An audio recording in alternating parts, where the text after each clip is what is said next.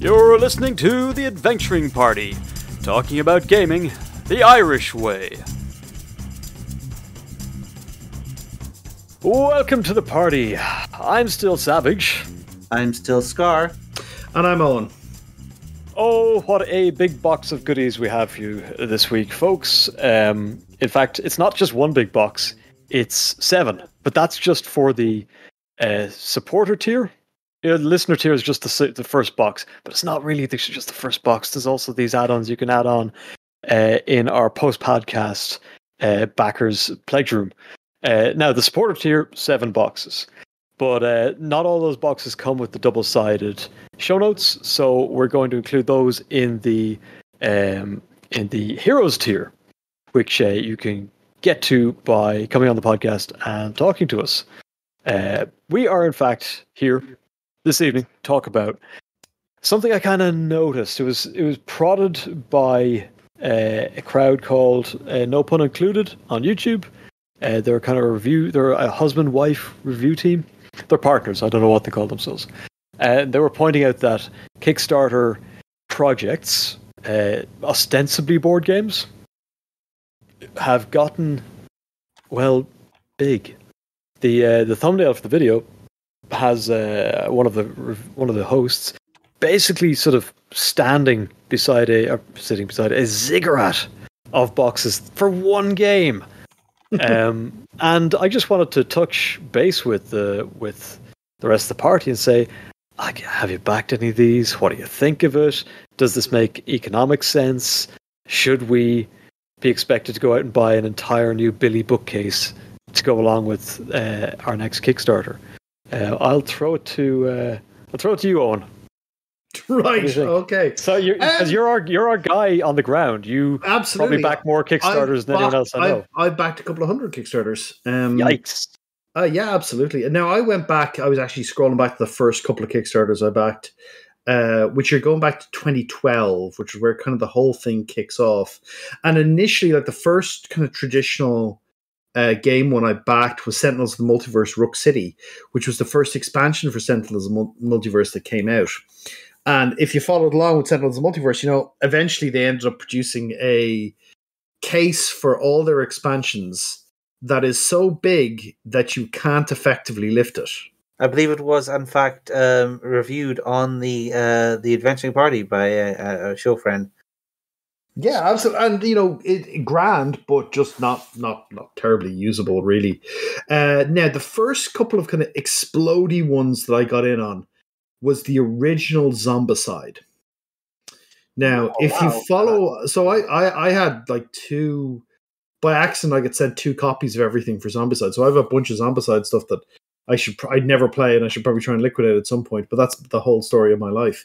And the Zombicide started a business model for CMON where they weaponized FOMO to drive people to back and back and back, and they'd add more add-ons, and they'd add more add-ons, they'd add more add-ons.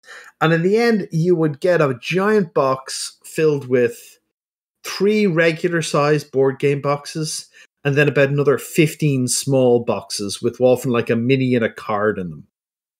And then you'd have to find a way to decant or store them, which often meant purchasing a storage solution for another thing, or just accepting the fact that this game is going to take up a shelf of space. And the problem has only grown from there. I backed one called Relic Knights, which was very successful. It was a skirmish war game in a kind of a anime sci-fi aesthetic.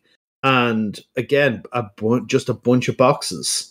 And we get then to kind of, as we move on a little bit, you got stuff like the Horror in the Orient Express, which was a big deal, hugely delayed, massive problem, nearly killed Chaosium, so on. And then the first really big one, I'm talking November 2013, is Kingdom Death Monster. Oh, yes. And Kingdom Death Monster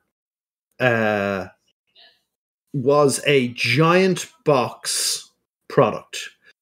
Kingdom Death, the base box is probably it's the second biggest single box of a game I have, right? It is the second biggest, I would say. Alien Trespass is slightly bigger. But Kingdom Death is just a giant box. It's pure black. It's got UV. The cover is UV kind of art. It's a startling artifact, and Kingdom Death is a very controversial game for a number of reasons. It has a let me say an enthusiast take on the human form. There's a lot of stuff going on in Kingdom Death that makes a lot of bold creative decisions in its art direction. And I mean that in an actual sense of this turns a bunch of people off because it's weird as hell. It's sexualized as hell. Very dark souled. It's a disturbing stuff to look at. And you would not want people to see you playing it absent the context of you explaining what it is. So it's a peculiar thing. And one of the things about Kingdom Death was they did a huge array of expansions for it originally. Because the guy involved in it, Poots, is a bit of a lunatic for scope creep, which is actually the root of many of these Kickstarters' giant box problems, where they realized, hey, I need like 80 grand to make this game, and I need 2,000 people to back it. And instead, suddenly 5,000 people back it, and they pledge $2 million. And you're like, whoa, with this much money, I could make a much bigger game, much better game. I could make the game much bigger, and I could add on more expansions. I could do this giant dragon you fight, do this, giant sun monster you're fighting, and add all this other stuff on.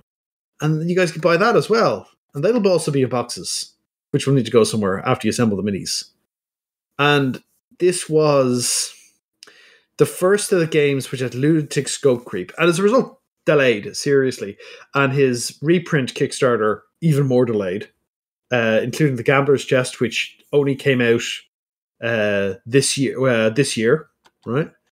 And it's the whole idea of scope creep is behind a lot of the problems in Kickstarter, where someone comes up with an idea and then they get more money so they can make their idea bigger, and they can start to try and realize the idea that's in their head for the game.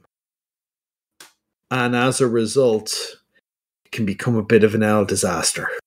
Well, or if it succeeds, something that eats multiple shelves in your house. Yeah. Scarr, I take it you haven't suffered quite so much at the hands of cubic foot creepage. No, I've not been a big board game backer Kickstarter. In fact, I sort of, after a few video game Kickstarters I backed fell through, I sort of soured on the concept a little. But the last big Kickstarter I backed was a thing called Beam Saber, an interesting little mech RPG based on the Blades in the Dark RPG.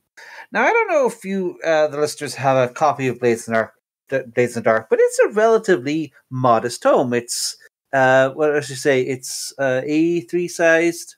No, the other way. A5 sized. Other way. Yeah, it's not a standard big book RPG size. It's a relatively large page count because it goes over all of its systems a few times, and it has a small steampunk city described just in the middle of it. So it's not like it's a small book, but it's compared to like a gigantic hardcover. It's a pretty compact, usable thing, much like my beloved Savage World Adventure editions.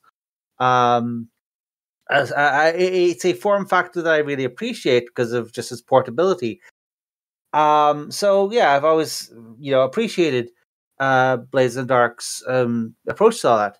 So when I get a book which is basically just Blades in the Dark, but it's mecha instead, I'm expecting something a little colorful, more colorful, spread out take on the thing. I was not expecting something a behemoth of the book that makes my my old school adventures reincarnated adventure modules, these gigantic premium hardcovers, and like the book I end up with is much bigger than most D&D books and is like sized for gigantic collections. And despite the fact that, as far as I can tell, the content that's in it is basically the same as Blades in the Dark, but reshaped to fit mecha.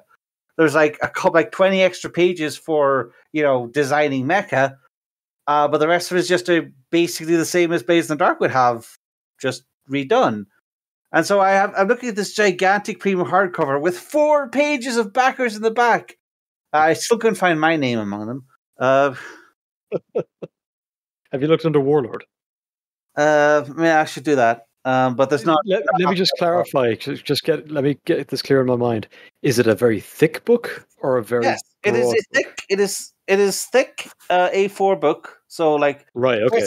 So it's got an extra. So like somehow it's got an extra 100 pages on the Blades in the Dark, and it is a full size book. I guess it's mostly just layout. It's all much more spread out, and there's more art. Because I presume all of the Kickstarter backers paid for all of Mr. Austin's artist friends to put their spin on the book.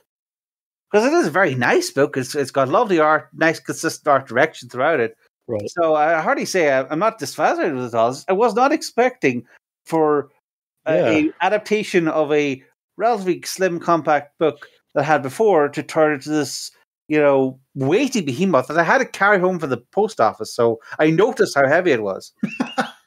Should have brought a mech loader. Is it like a Kevin Crawford thickness of book? Oh yeah, that is almost exactly. Wow. It feels denser than the Kevin Crawford books I have actually.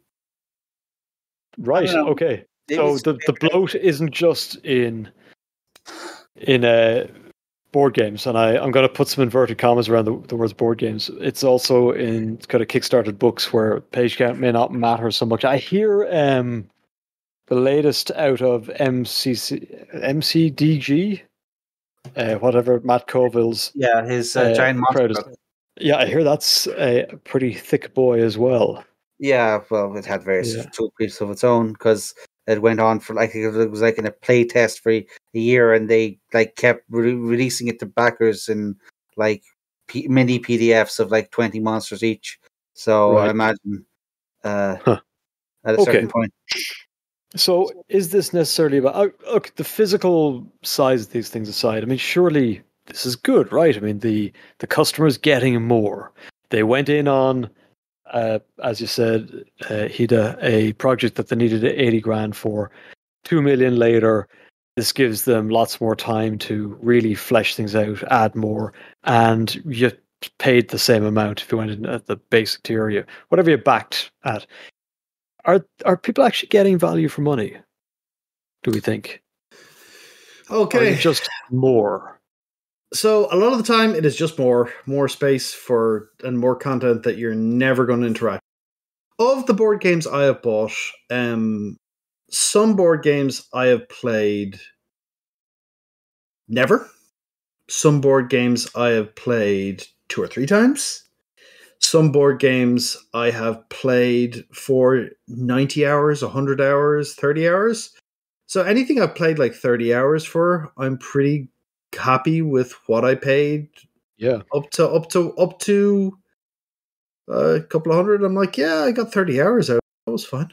And I really enjoyed it. It was a good experience, and it gave me some cool ideas, and I'm perfectly happy with that.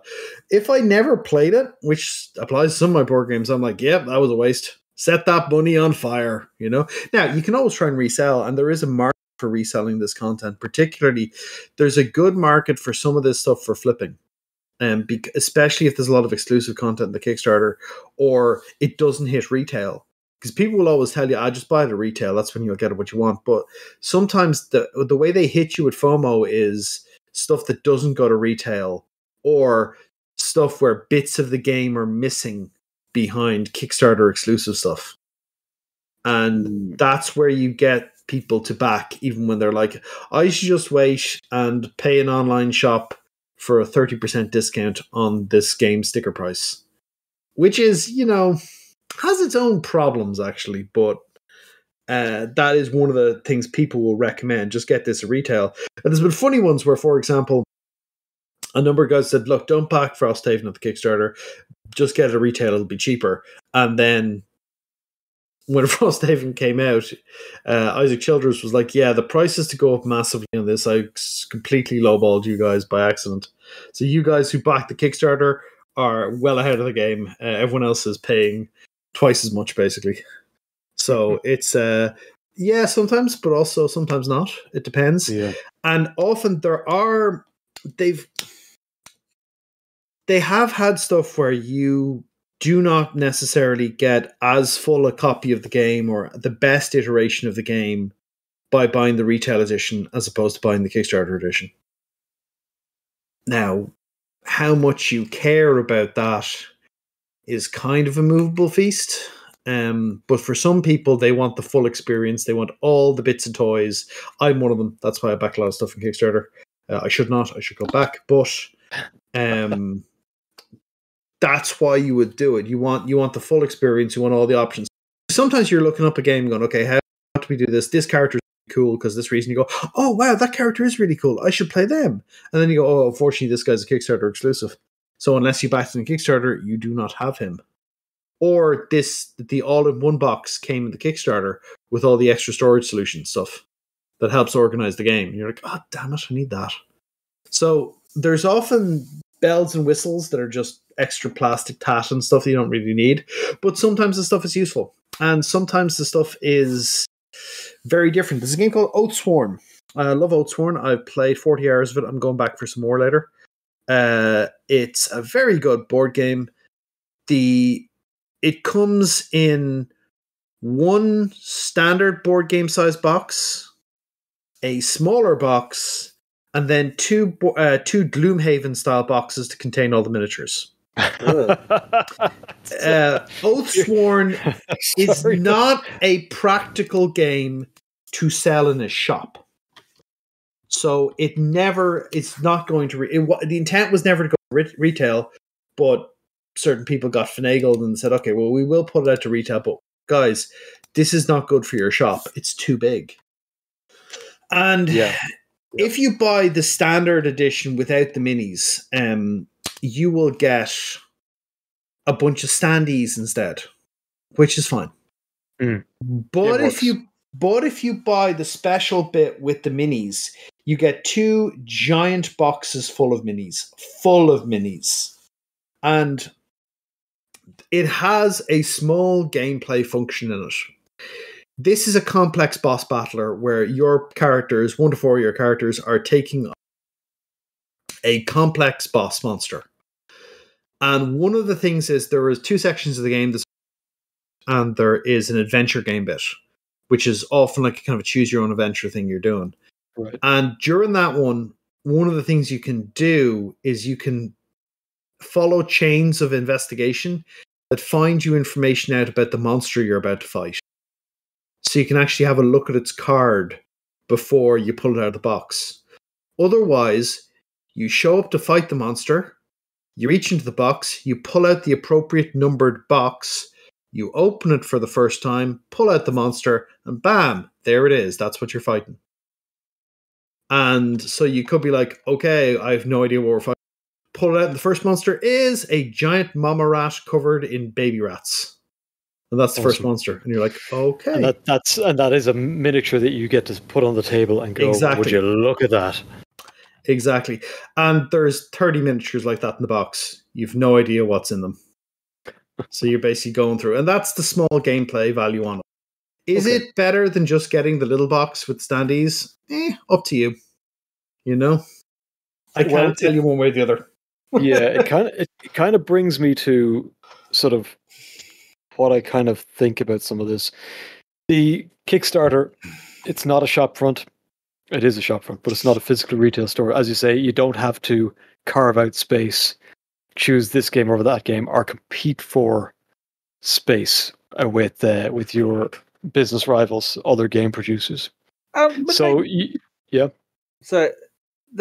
Kickstarter don't stock any of the products that they effectively sell. They just enable the funding of the project to create it. Like in fact, there's an entire separate company called BackerKit that has basically just developed just to help these poor, unfortunate creatives actually fulfill their fulfill their obligation They and help get their. them write the checks. They help them get their ass to write the checks that their mouth has issued. Is that the saying? No. Your mouth's writing checks your butt can't cash.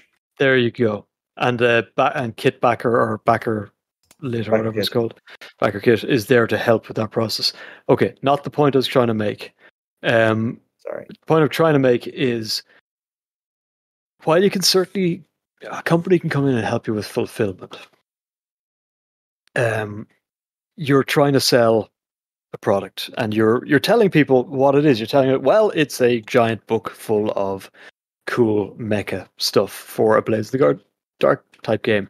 And when they open the cover, that probably better be there. If it is like, was it Lords of the Fallen? No, Oathsworn. If it's like Oathsworn, then it is a tour de force of big ass miniatures attached to a board game that works without them.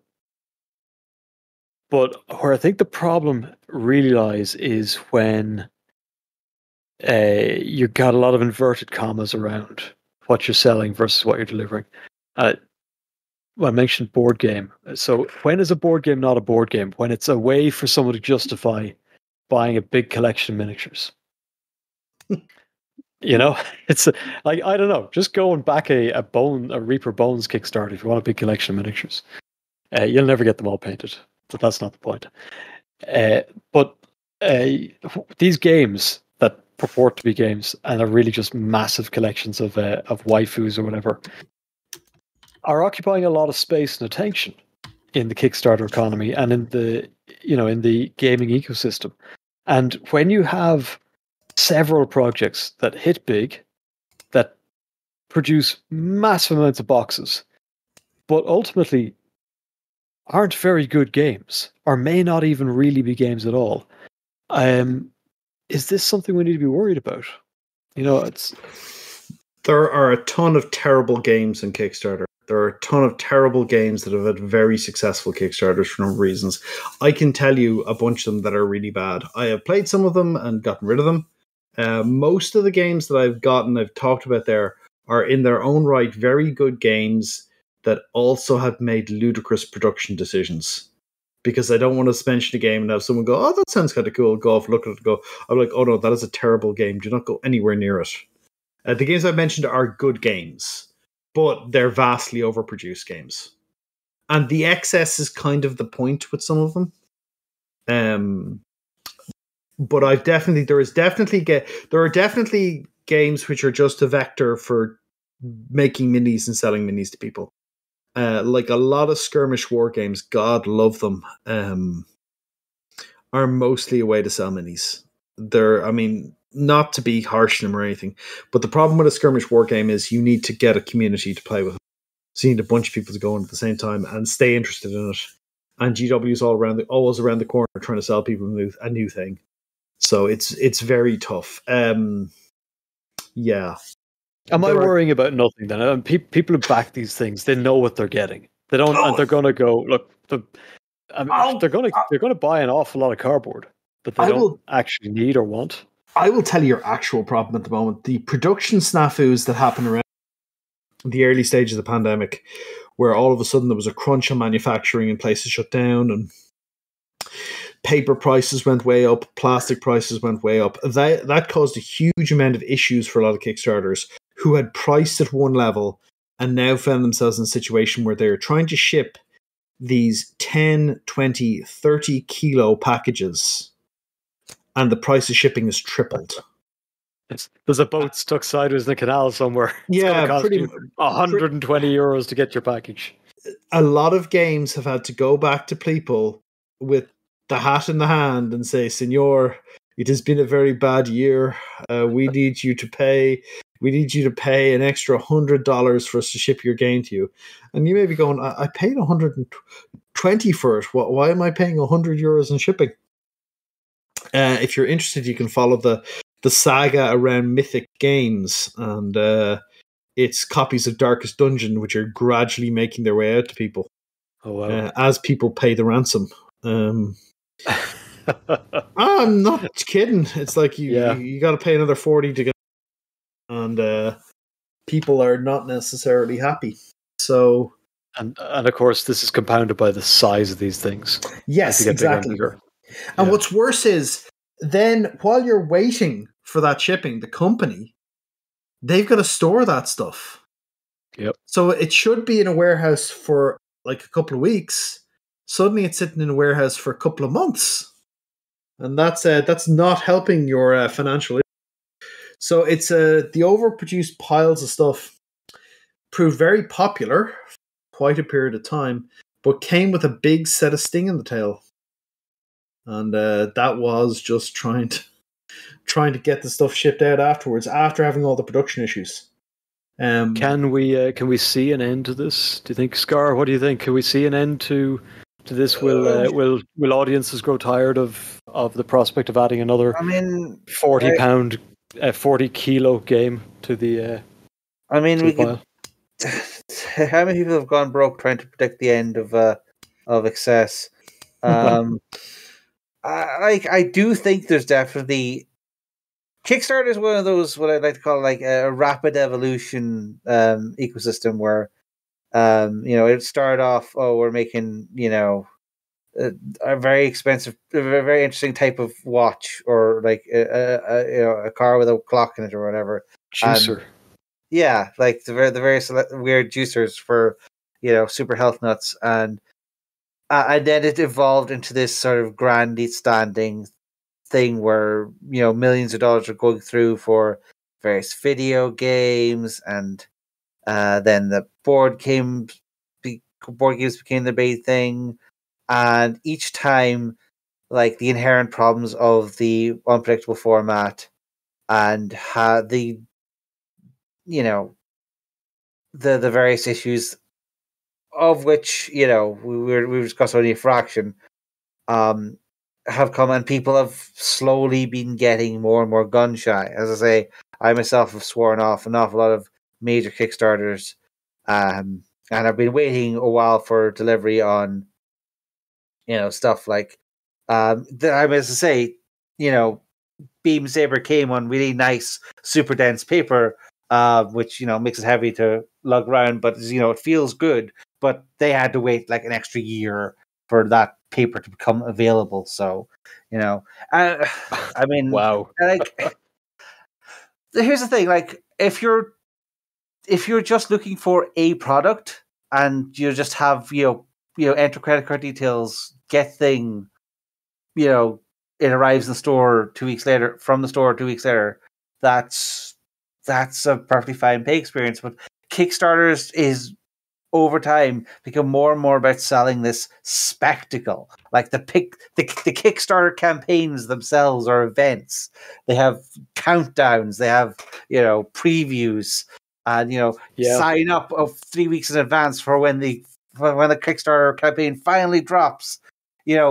Interactive countdowns in your reminder emails. But that's how you get funded in 9 minutes, right? Yeah, and that's sort of the thing. It's like the evolving ecosystem of Kickstarter is pushing more and more this big spectacle, big thing, and it's pushing a lot of the smaller Kickstarters out. I don't think that that a small game cannot be kickstarted. It's that the ecosystem of Kickstarter has become so hype oriented that the big stuff is what gets eyes on it and gets the big I mean, I don't want to say that the dreaded algorithms are what's driving Kickstarter and what gets Kickstarter front page status and all that, but I'm not so naive anymore to think that that's probably not what's happening, at least a little. Well, at the moment, right, there are so many projects on Kickstarter, so many board games, so many everything, that you need a signal boost. You need to either be very prominent or have a big signal boost from something. And there's a whole ecosystem around content creators on YouTube who review and preview Kickstarters, some of which are kind of controversial in their own rights for stuff that came out at different points. but they're the guys tastemaking for people because there's so much stuff no one can know about all of it. You might follow along with a product line you've started, you've collected before, and they send a reminder email saying, "Here's our new Kickstarter," and you go, "Oh, I'll take a look at that. That sounds cool." Or you may be going, "I'm just relying on, I know these guys at a board game company, they do good stuff. I'm waiting for their next one. Oh, their next one, I'll follow that along." But if you're looking for new stuff, it's difficult, and you often go to a content creator and go, "Okay, what's looking good? What's looking hot?"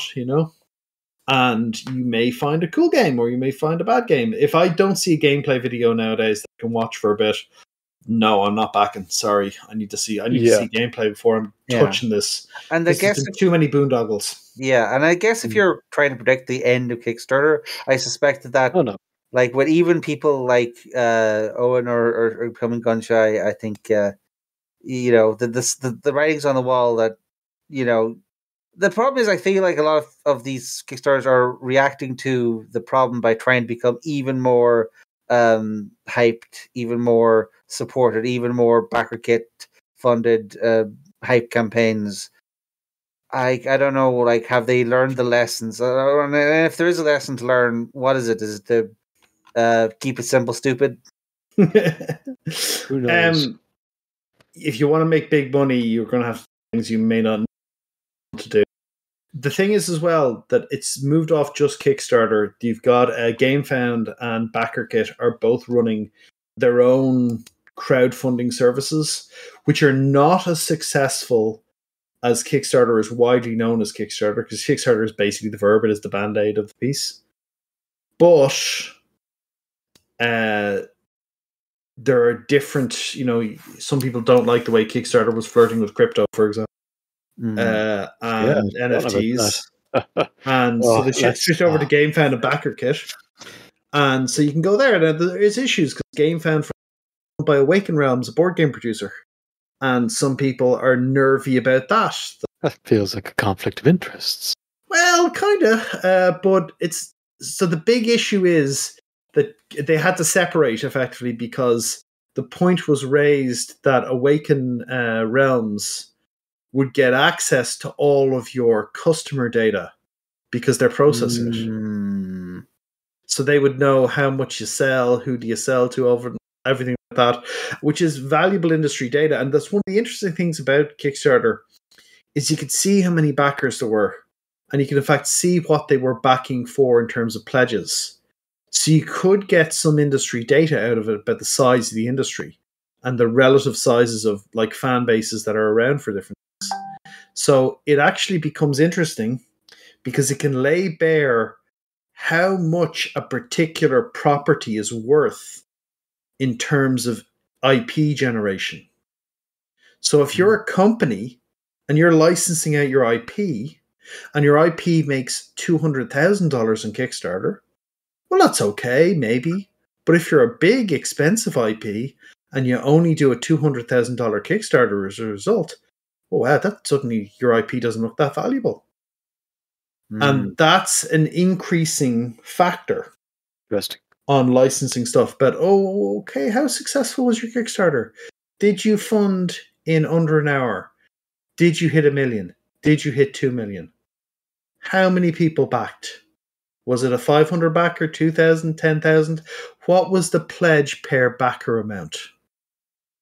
So, yeah. So the bubble can only get bigger. The line must go up. And we may not even have seen the start of the peak of this just yet. I mean, considering the size of some of these projects, it's going to be wild. Scar, any final thoughts?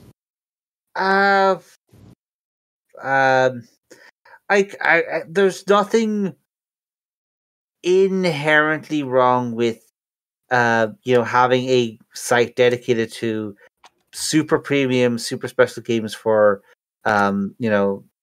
the must-have collector. That's in theory, there's nothing wrong with that, but in practice, you have to wonder: is this going to go on forever? I feel like the novelty of the Kickstarter process, now that we're 10 years in, as you say, I feel like with that dropping off, I feel I just feel like Kickstarter's glory days are behind them, and it's not going to like die immediately. That's not how social media talent companies do. They drag on zombie like for years, it seems. I must check my MySpace. Yeah. Our GeoCity site. I'm sure the Russians who have my live journal data are having a very nice time at the moment. Anyway, sorry, you were saying. Just that, while the phenomenon of Kickstarter, like, it's just going to degrade by degrees. Like, I feel like the best Kickstarters have already been done. I don't think the thing can peak anymore. I think we're just going to see this process continue until people reach a maximum board game size and just going to say, no, it's too much for me, too rich for my blood. I'll just go to a store, thanks. And it's going to be different for different people. Some people are going to be holdouts. And when they do finally shutter, there's going to be people decrying the lack of it and saying it was an important niche in the evolution of board games, which isn't wrong. But I don't know. I think we've I think we're seeing a sort of kind. Although you'll still get good if gimmicky board games coming out of it until the very end. Okay, Hida, I'm gonna toss final thoughts to you. Unfortunately, the member Warlord Scarr has not donated any of his time, so I'm gonna have to ask you to keep it brief. If you're going to back a crazy big Kickstarter, number one, make sure you have the physical space for it. Number two, watch a gameplay video for the love of God. Make sure it's actually something you want to play. And make sure that you have someone willing to come play it with you. Interesting. Can't order a friend a box yet. There's a good market for solo games at the moment, though, on foot of early stages of the pandemic. Excellent. Yeah. Okay, guys, listeners, folks, audience, join us on our Discord. We have one. Check the show notes for a link. We should really check all of our show notes, make sure that link's still there. And if you're brave, maybe you post a picture of the biggest thing you've kickstarted. You know, lay out your kill or your ziggurat of shame, depending on how you feel about it. It's often been a sort of a fun way to test data transfer technology by seeing if it is quicker to send the files over the internet or strap them to a pigeon and fly them over. And I wonder, is the test now to see if it is quicker to print the STL files for the Kickstarter or wait to see if they can deliver it on time? God, it's so much hassle, though. But until we figure out where those two lines cross, I'm going to say this party's over.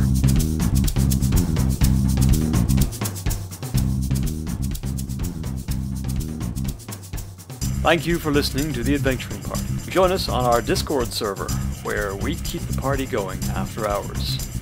Otherwise, you can find us on Facebook, YouTube, Spotify, or Twitter, or you can email the hosts at party@theadventuringparty.net. The Adventuring Party is released under a Creative Commons Attribution Non-Commercial Share-alike version 3 license, but you probably knew that already. We hope you enjoyed the episode, and look forward to seeing you back here next week. Goodbye.